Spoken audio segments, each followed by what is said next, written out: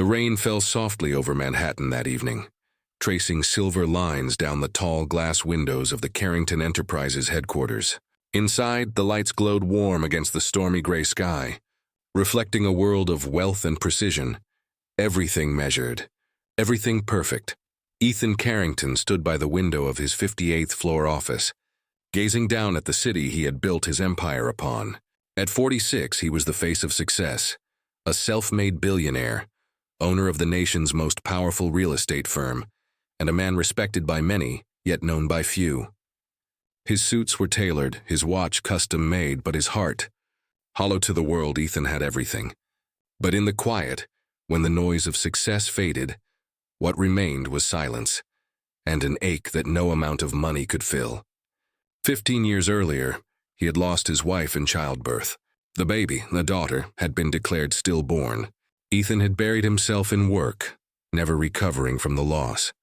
So when his company announced a new charity internship program for underprivileged students, he had hardly paid attention. It was just another corporate initiative, another PR move, until she walked in. Her name was Amara Bennett, a 17-year-old intern from a public high school in Harlem. She was bright, soft-spoken, and carried herself with quiet confidence. Her eyes, deep, soulful brown, seemed to see straight through people. Ethan barely noticed her at first. His schedule was too packed for small talk. But one afternoon he happened to walk past the HR department and saw her helping an elderly janitor carry boxes. She smiled at the man, spoke kindly, and thanked him by name. That small act made Ethan pause. No one in his building ever spoke to the janitorial staff, not even managers. Yet there she was, doing it naturally, like it was the most human thing in the world.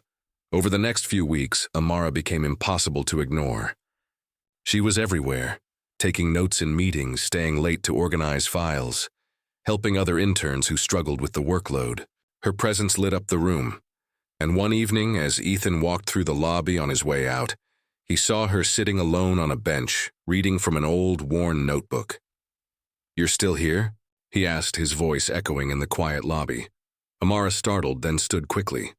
"Oh, Mr. Carrington, I was just finishing up the inventory reports." Ethan nodded, curious. "What's that you're reading?" She hesitated, clutching the notebook. "It was my father's. He passed away last year. He used to write notes about everything. Dreams, lessons, even the things he wished he could say." Ethan's expression softened. "He sounds like a good man." "He was," she said, smiling faintly. "He always told me, work hard, but don't lose your heart in the process." Something about her words hit Ethan like a gentle but sharp reminder of the man he used to be. Before grief turned him cold, days passed, then weeks. Ethan found himself asking his secretary to assign Amara small tasks near his department, just so he could observe her work. He didn't know why. There was something about her that felt familiar. One morning, Amara tripped while delivering documents and scraped her arm. Ethan, nearby, helped her up.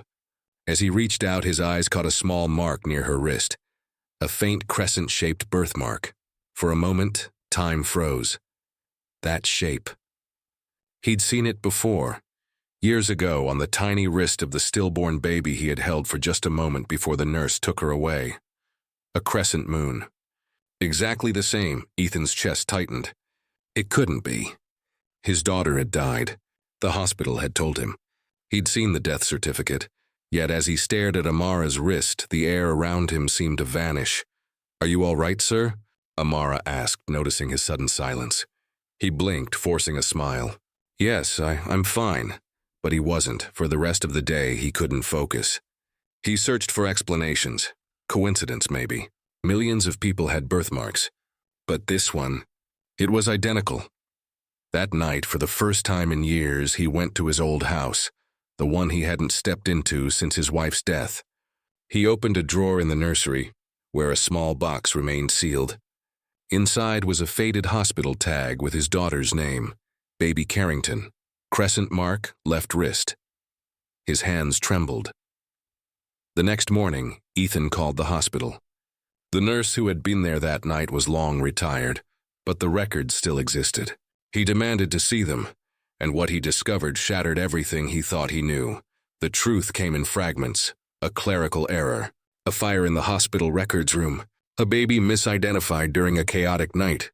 A nurse who had secretly placed an abandoned child for adoption rather than send her to a state facility, believing she was saving a life.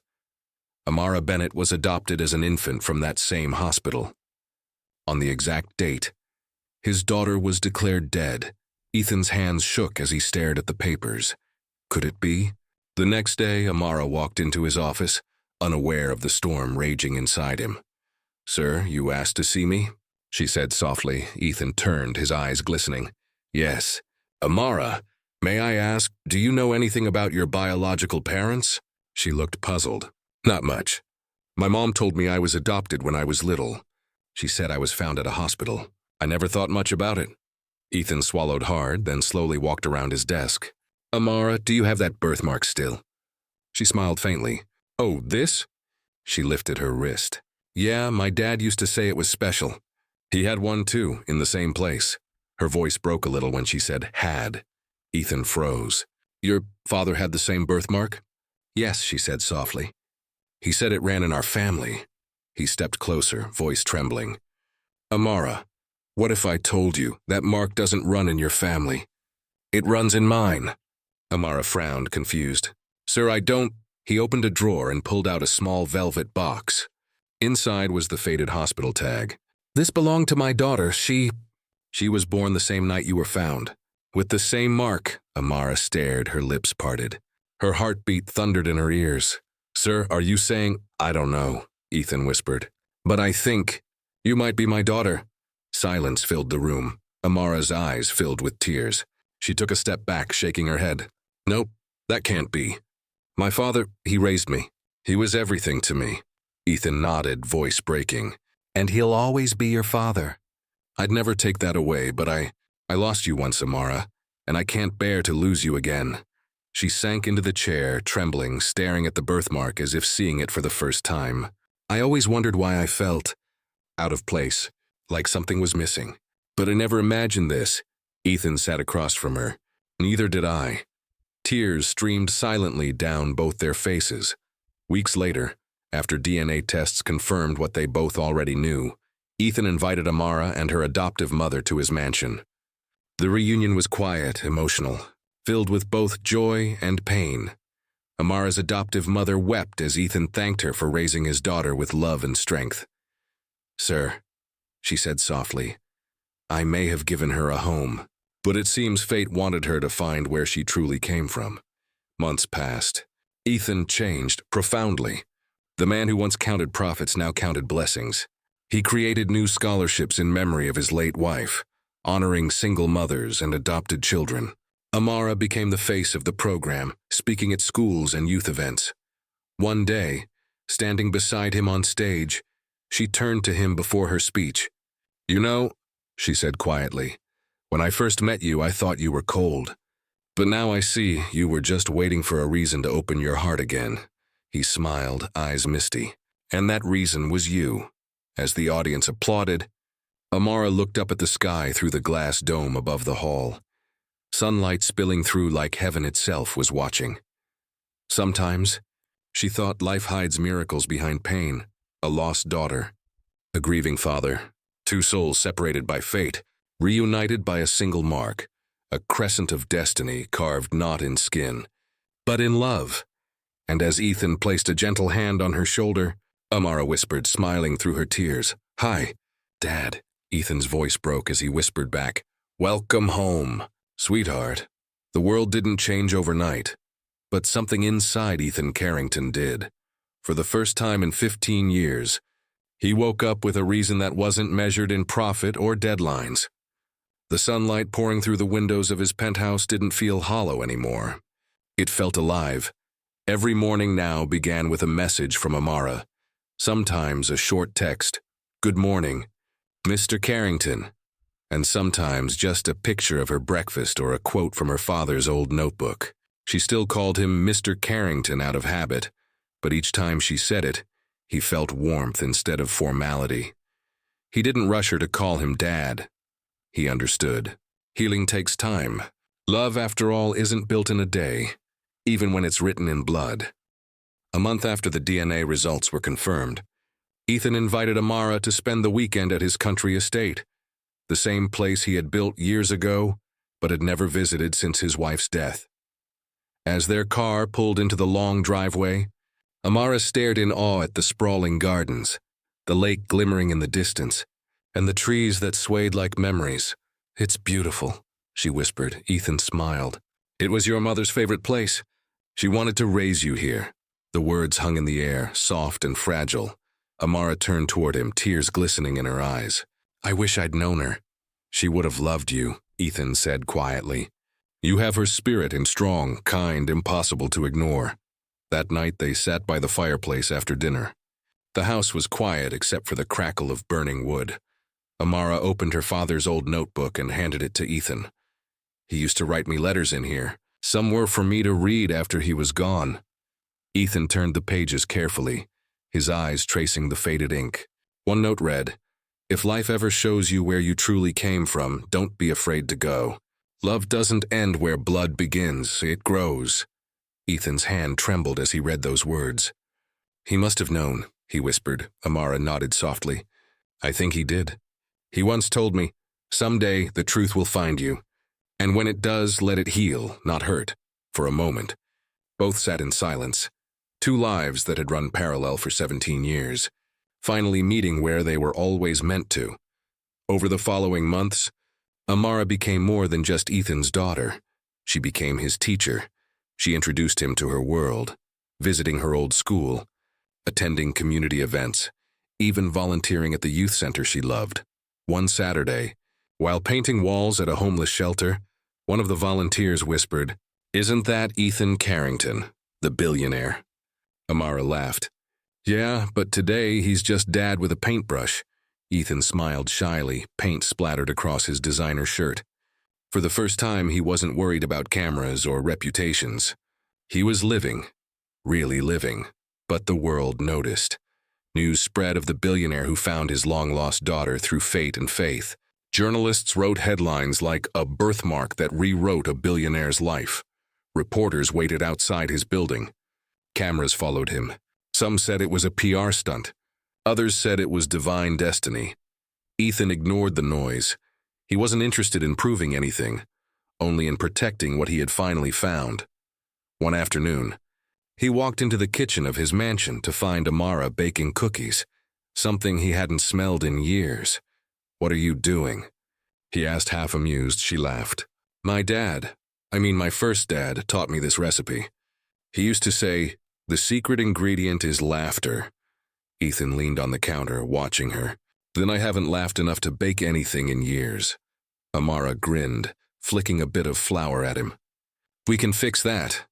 It was such a small thing, a laugh, a moment, but for Ethan it felt like breathing again. Months turned into a year. Carrington Enterprises transformed under his leadership.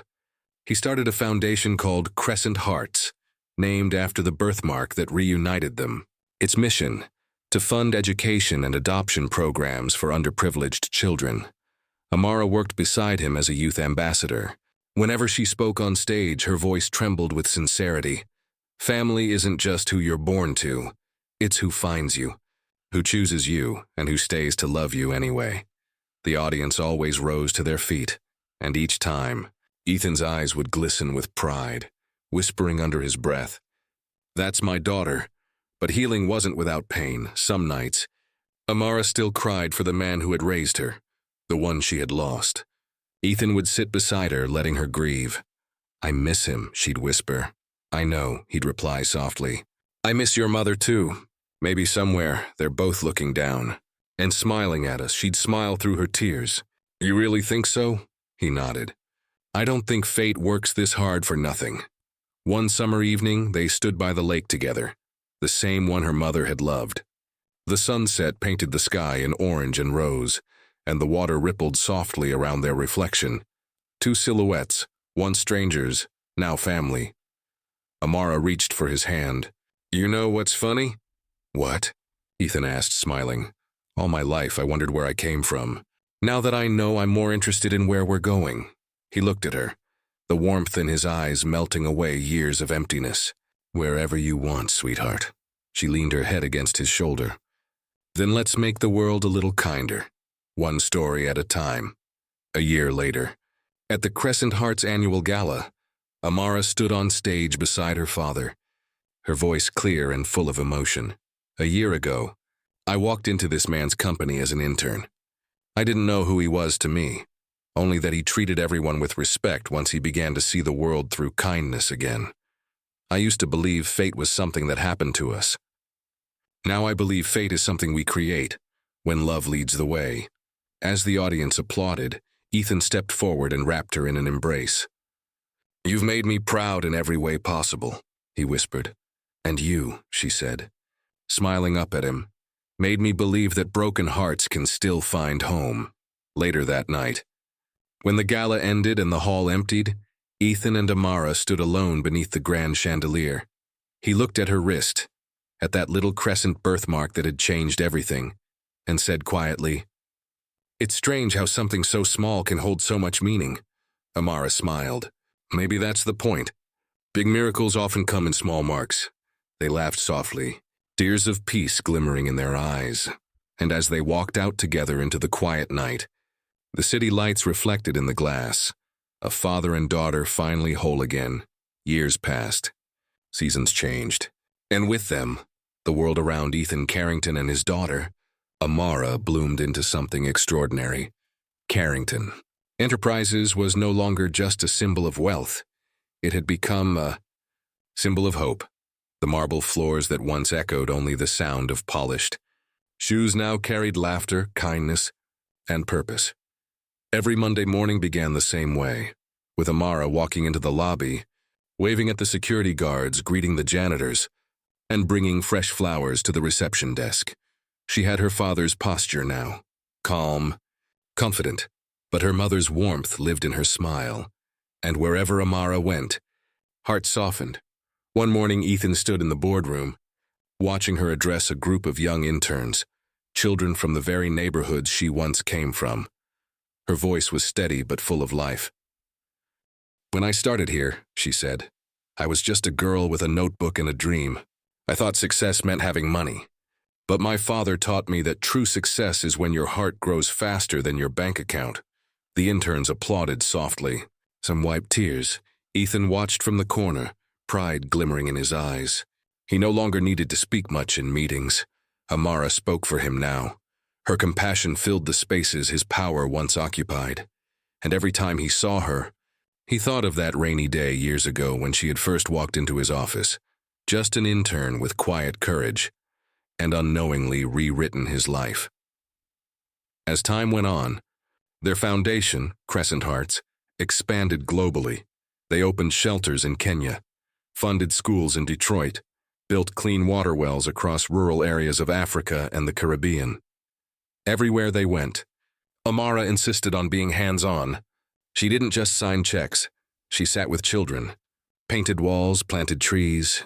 Ethan often joined her, trading his boardroom suit for rolled-up sleeves and muddy shoes. One photo of them, a billionaire and his daughter kneeling in the dirt, planting saplings with school children, went viral. The caption read, "Some people build empires with money.